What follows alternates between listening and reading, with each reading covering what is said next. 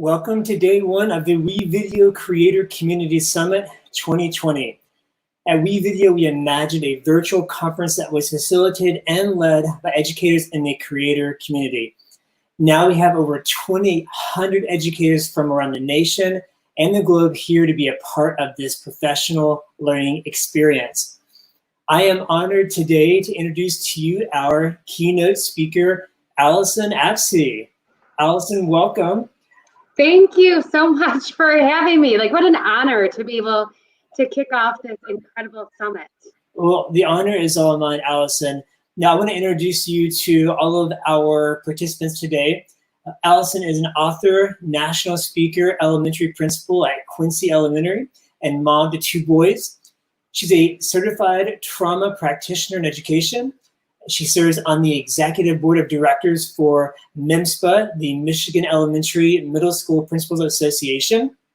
Allison writes on a blog called Serendipity in Education and has authored several books, The Path to Serendipity, Through the Lens of Serendipity, Helping Others Discover the Best in Themselves, the picture book, The Princess of Serendip, and a middle grades chapter book called The Serendipity Journal. And as a side note, Allison, I love to watch your Facebook Live videos of you doing the read alouds. It brings so much joy to my day. Thank you so much for sharing a part of your story with us today, Allison. Well, it is absolutely my pleasure. So I have some slides to share with you if we want to pull that up. So introductions like that crack me up because I basically just want to say I'm an educator here along with you, just trying to figure all of this stuff out. And some days I feel like, woo, yeah, I got this.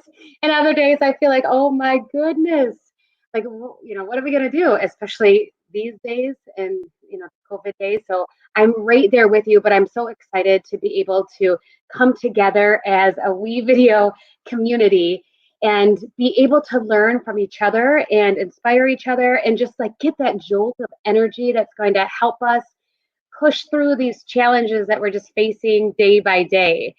So I get to talk with you today just for a few minutes about helping others discover the best in themselves.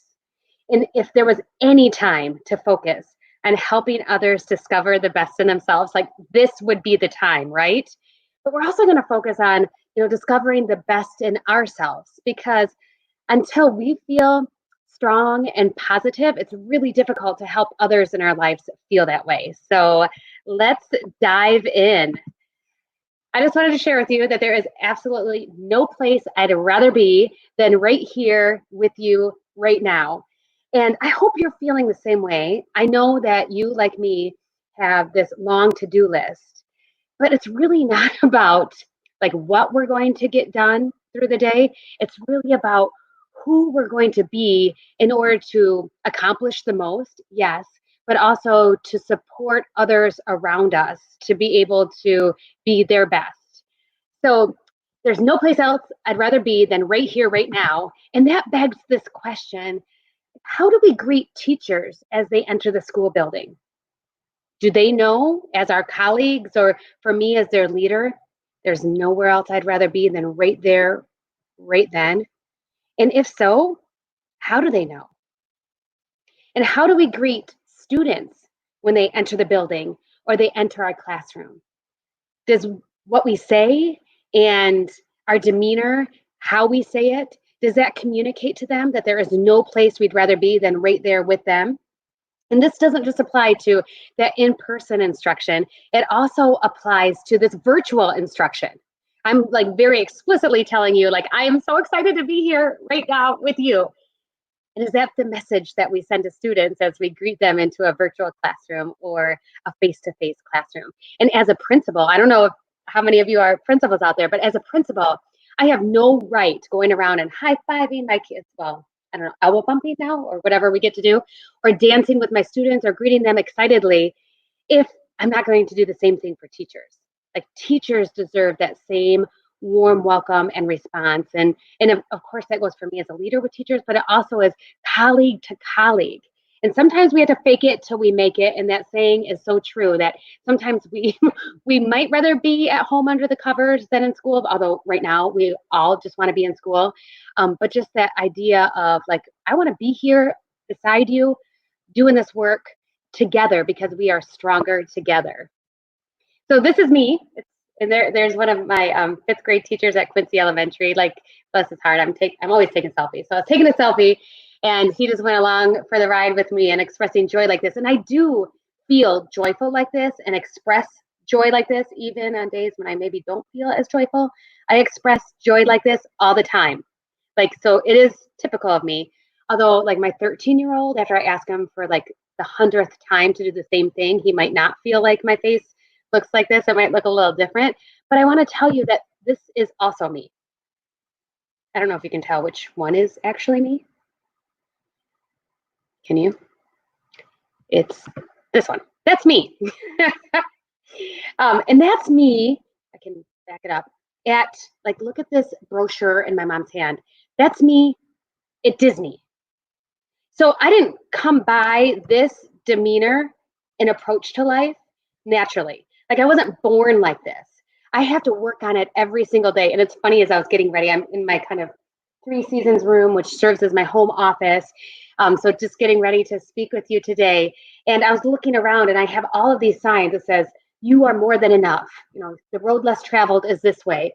Be you, not them. All of this encouragement I need as a daily reminder to be the very best I can be, so that I can serve everyone around me to be the very best that they can be also. So my son is looking at me through the window there. I'm just going to wave at him.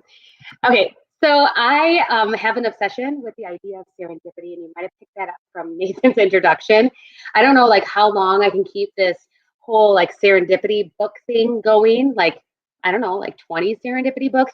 But I wrote a book called The Path to Serendipity, and I started writing it, never thought it would be published. And oh my gosh, Dave Burgess Consulting, Shelley and Dave published it, and it was a dream I never dreamed come true. But that started this led to the next book, which is called The Princess of Serendip, because of course I researched the word serendipity and discovered the origin of the word serendipity. And then through the lens of serendipity, which is a kind of a look around us, which is the theme of this talk. And then the Serendipity Journal is a book, a realistic fiction book for middle grade students. So taking some of the ideas from the other books and applying them to in this compelling realistic fiction book. But I share all of this with you because this idea of serendipity, I also have a TEDx talk called Serendipity is Everywhere. Shocker, right? But this idea of serendipity means happy accidents. But for me, it's not about like stumbling upon these happy accidents. It's more of a mindset. It's about looking for happy accidents in everything we experience. And when I say everything, I mean everything. You guys, I have gone through some of the same challenges that you have gone through, and I have my own sets of challenges. And everything from our deepest, darkest sorrow to those joys beyond our imagination and all the everyday stuff in between, everything we go through offers us something. And we can choose to look for the gift it offers us or not. It's up to us. And COVID-19 is no exception. COVID-19 has offered us some valuable gifts, and we can choose to look for those gifts, or we can just complain about it. It is completely up to us. It's a mindset. But I believe that we live richer, more fulfilled, and happier lives if we look for happy accidents in everything we experience. At the very, very minimum, the bare minimum, everything we go through teaches us empathy for others going through similar experiences. And that is a beautiful gift in itself. So if anything you connect with, I would love to be able to connect with you, so you can share out using the conference hashtag, which is WCCS20, or use my hashtag, which is SerendipityEDU. Serendipity is a tricky word to spell. I sometimes even misspell it after using it for years. So one of the things that we know, I know you know, is that there's always more to someone's story than what meets the eye. And we often put our highlight reel on social media, right? We put out what we are comfortable with others seeing, but there's so much more behind the story. And I love this quote by Brad Meltzer. Everyone is fighting a battle you know nothing about. Be kind always. And our world is so divisive right now, and everyone has their own journey and their own battle that they're going through. And being kind doesn't mean that we have to agree with each other, but we can disagree without being disagreeable and treat each other kindly, right? That is a really important thing also as educators, to uplift and support each other as we're facing some of the challenges. We're all facing challenges as we look to go back to school, whether it's in a week, in 2 weeks, or in a month, or whatever the case is for you. But it's going to be so important because those challenges feel like we can overcome them if we're coming at them in a way with our arms wrapped around each other, figuratively, not literally, and like feeling like my fellow educators have my back. We are in this together. But when we feel like not only do I have to deal with these challenges in front of me, but I got to feel like this person's talking about me behind my back, or this interpersonal issue is going on, even the smallest challenges seem insurmountable when we're not standing together. So it is so important to understand that everybody is fighting a battle we know nothing about. So what's something that someone might not guess about you by looking at you? I'm going to share a story about me. This is my family. They're my husband, Jim, and my 2 sons. Lane graduated in 2019, and Tyson is 13, and he's going into 8th grade. And what a beautiful family. It was a beautiful moment. But the behind the scenes story is, like, we were so thankful that our son graduated. And it's not because he didn't have the intelligence to be able to do the classwork or to graduate. It's because he was so disenfranchised and disengaged with school that one semester, this beautiful boy actually got straight D minuses. And like, you don't get straight D minuses by accident, just like you can't get straight A's by accident, right? Like that was a purposeful, intentional message to us, I truly believe. But it was a battle from preschool on through graduating from high school. And he is doing fantastic now that he's out of school. But as a school principal, that was such a challenge to have my son be the one causing the discipline problems in kindergarten and in 1st grade, and really struggling through school, and me not being really sure how to help him. But we all have a battle that we're fighting that maybe it doesn't meet the eye. You can't tell by looking at somebody. But I just wonder, how does knowing that there's always more to someone's story help in our day-to-day interactions? So knowing that I have gone through these challenges, as a parent, I've gone through challenges personally, how does knowing that about me help if you were to have an interaction with me? I often hear things like, oh, we give grace, or we have patience, or we understand when you might have had a hard night. So what I'm challenging us to understand is that everybody deserves our grace, not our judgment. We may never know the truth behind a knowing little smile we see, or that perfect family on social media. And that it is super valuable to stop seeking perfection, because it does not exist. One of my friends, Dr. Adolph Brown, is an educational leader and speaker, and he's fantastic. And he calls that seeking of perfection like a disease. Like, avoid that at all costs, because you're going to always be disappointed, because perfection just doesn't exist. And then the other is that we have a responsibility to help each other, and we have no right to hurt one another. Oh my gosh, if we all approached every day with these things in mind, what a beautiful day that would be for everyone around us. And guess who benefits the most from approaching life like this? We do, right? You guys are such great listeners. Thank you so much. Here's another important lesson as we help others find the best in themselves. It's when we treat students the way they have always been treated, they will behave the way they've always behaved. And one of my favorite visuals as I think about this is this movie. Have you seen this movie? Groundhog Day with Bill Murray. It is absolutely fantastic. In fact, my sons both love the movie and like to watch it over and over again, which I'm grateful for. So I think about this movie because as we know, this character, this weatherman, right, goes to Puxatawny and then has to repeat the same disastrous day over and over again until what? until he changes. And then the world around him changed. And we have these students who, whether we get to go, we know what school is going to look like as we get to the fall or not. Like, they're probably thinking about their new backpacks. They're packing their new supplies and getting their new clothes and thinking, oh, when I go into that building with this brand new backpack and these new clothes and a new haircut and I'm taller, things are going to be so different. And then they walk into the classroom and all of a sudden they're hit with the same expectations that they didn't know how to meet last year. And teachers are whipping out all of these tools because they want the best for their students. But the tools that they use are the same tools that the teacher the year before used. They didn't work then either. So the only way we're going to be able to get different results from students is if we have a different approach.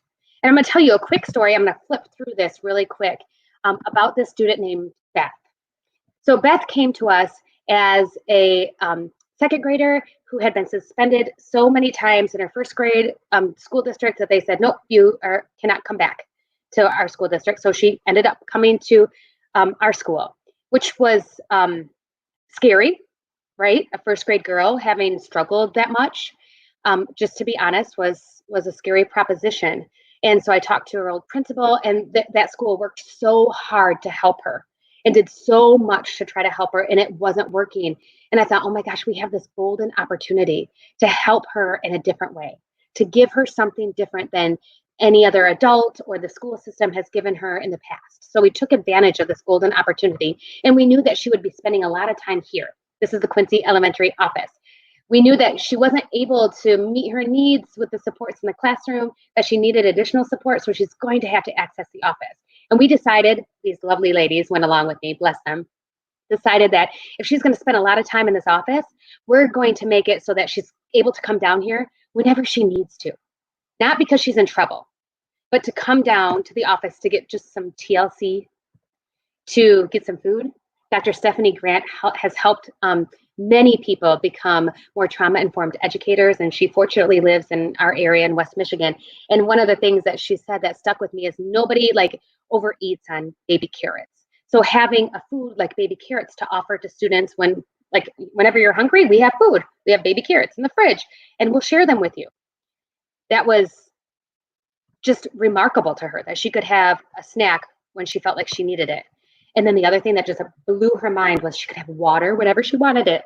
We had a little water bottle that had her name written on it, and we just refilled it and we put it in our fridge in the office, and she was able to come down to the office whenever she wanted, and she could sit there and have a few drinks for a minute, or she could take the water bottle back to her classroom and give it back to us when it was empty. And she also, of course, anybody who works in elementary knows how magical Band-Aids are. They can fix all of the invisible cuts that you have. So she could come down and get a Band-Aid whenever she wanted. So she had access to all of these things whenever she wanted them during the day. And if you're a teacher, you might be thinking, okay, if she's coming down to the office to get all of these things all day long, then when is she learning? But her teacher knew, bless her, that she needed to build a strong, positive relationship with Beth in the classroom. And we also worked together to develop some tools that were very helpful in the classroom. One is avoiding power struggles like the plague. Because in a power struggle, either you win and student loses, or student wins and you lose. There's no win-win. Somebody's losing. And either way, it's not good. And so the antidote for power struggles is time. Just back yourself out of that situation. Give it a few moments at least. And then revisit whatever the issue was. And you both will be in a different place to handle the situation without a power struggle. The other is naive body spray. And this is like my favorite tool ever. I literally have a bottle that I made this label for in my office. You just spray this on yourself and you expect good things of others all day long without exception. And you also expect that others want good things for themselves and for everyone around them. So if we can approach even students who are like the snarliest and the prickliest, and even staff members who are snarly and prickly, knowing that really at their core, they want good things for themselves and they want good things for those around them. That is powerful in our interaction. So if we have a snarly student and we walk up to them thinking, you just need my help, I know you want good things, as opposed to having a snarly student and thinking, oh great, here we go again. I thought it was going to be a good day. Now look at this. two completely different approaches in this naive body spray that you cannot buy at Walmart, but we can think about all the time. If we approach assuming everybody wants positive things, it makes such a difference in our interactions. And then this other one is the emotions deflector. It's like rubber. So you have this emotions deflector on, and others' emotions just bounce off you as if you are like a superhero. And a great example, we can use many examples from the classroom, but I'm going to use an example from the car, because I don't think my husband necessarily like has road rage, but he has like road anger. And like he gets mad at like red lights. I'm thinking like, they're not out to get you, these red lights. Like, don't worry about them. So he gets upset, and I could hand over my emotions to him and go from having this great day to being upset right alongside him. But I'm wearing my emotions deflector, so his emotions just bounce right off me. And the example from the classroom is we've all had that student who, you know, if Beth is having a bad day, everybody's having a bad day. Or that staff member in our school, if so-and-so is having a bad day, everybody's having a bad day. But if instead we wear emotions deflector and understand that, you know, I'm in charge of my emotions. I get to decide how I feel. You don't get to decide how I feel. And especially as a teacher in charge of the classroom, let's have us as the regulated adult decide how that classroom is going to feel for the day rather than turn it over to a student. And the teacher also made the classroom a need-satisfying environment. And these are, I mean, I could talk to you for hours and hours and hours about William Glasser's 5 basic needs and how we can use these as tools to help student behavior, because they're always going to be behaving to meet one or more of these 5 basic needs. And they can be behaving against what we're asking them to do in the classroom, or within the functions of what we're asking them to do in the classroom. So if we focus on making our classroom environments empowering and fun, and allow for some freedom and choice, and allow them to feel that sense of belonging and develop relationships with each other, and then of course meet that need for survival with food, water, with those kind of things that they need, being able to use the bathroom, then we're not going to have as much acting out in the classroom, because they're going to meet their needs within the functions of what we're asking them to do. And I had to tell you, with this Beth, this lovely Beth, where she ended up staying was in the classroom. And in fact, we missed her because she wasn't coming down to the office because she was in trouble. She just wanted something, and she was super pleasant when like we were giving her food and water. So when she stopped needing that support and coming into the office and instead spent her time in the classroom learning, we really, really missed her. But her teacher had built such a need-satisfying environment for her in the classroom that she didn't need all those external supports. And I'm proud to say that she was not suspended once from Quincy Elementary. So that was a joyful success story. And not every student meets this mold, but we all can think about who is our Beth and which of these strategies might help that particular student in our classroom or in our school. We all can think of a Beth or Joe or Bob, and how we might take that Groundhog Day example, that if we treat them the way they've always been treated, then they're going to behave the way they always have behaved. And instead, look at this Beth model, where we can look at how can we help her meet her needs, or him meet his needs within the functions of what we're asking them to do. Because not only does it help them not act out and help them begin to regulate their own behavior, and then allow us to teach some of those social, emotional learning skills, but it also builds incredible relationships, because then students trust us to take care of them. They trust that we absolutely see them for the people they are and the things that they need. And that definitely helps them discover the best in themselves. So I want to thank you for giving me just a few moments of your time to kick off this wonderful learning summit. I really encourage you to connect with me if you would. You can find me at Allyson Apsey everywhere. So on Facebook or Twitter or Instagram, or AllysonApsey.com is my website. You can email me at AllysonApsey@gmail.com. And if you're interested in learning more about like the Serendipity mindset or any of those books, they're all available through like Amazon and Barnes and Noble. But I just wish you the best as you move forward planning for your new school year, and just know that you have educators all around the world wrapping their arms around you, figuratively, and supporting you and rooting you on, because we are so much better together. Allison, oh, what a powerful keynote. Hey, I have a suggestion for you though, Allison. I think whenever people go to buy your book, you also need to sell, this is a good thing, the emotions deflector shield. I think that's amazing. I need to get one of those emotion deflection shields. I think it's fantastic. I love how you frame that, how we can incorporate that into our daily interactions. Awesome. Thank you. I do have stickers. So Nathan, Okay. I will definitely send you emotions deflector stickers. They're easy to have right on your computer. But if you want one, you can email me. It sounds good. Thank you again, Allison. It's been such an honor and pleasure to have you on today. Thank you so much. And thank you, everyone. Just a couple of reminders before you jump into your first sessions. We have our first block of sessions coming up here at 9 a.m., or excuse me, 10 a.m. Pacific, 1 p.m. Eastern. A few reminders here. I'm going to share my slide here. So sessions are going to be recorded, so you don't have to, the presenters especially, don't have to worry about that. Everything is auto-recorded and will be saved later on our platform. So if you missed something, or if there was a slide you really wanted to take a picture of, everything will be recorded, so no worries. Also a reminder to share your learning throughout the day. We'd love to see selfies, quotes, highlights from the sessions you're in. I have been doing a few, of course, during Allison's keynote. There's so much goodness there. I couldn't take enough pictures of the screen. Make sure that when you do share on social, when you share on Twitter, using the hashtag WCCS20. Any communication that we will send you, we will do it through email or through Twitter. So make sure that you are checking your email for daily updates. We send one every morning reminding you of the agenda for the day.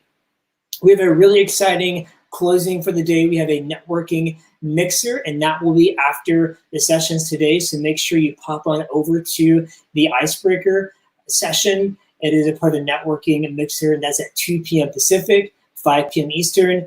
Also, we love to hear feedback, and you get entered to win prizes if you fill out the feedback. So make sure we know that our presenters appreciate any feedback you have to offer. We would love to have the feedback. You can scan the QR code, not to worry if you don't have a chance to scan it now.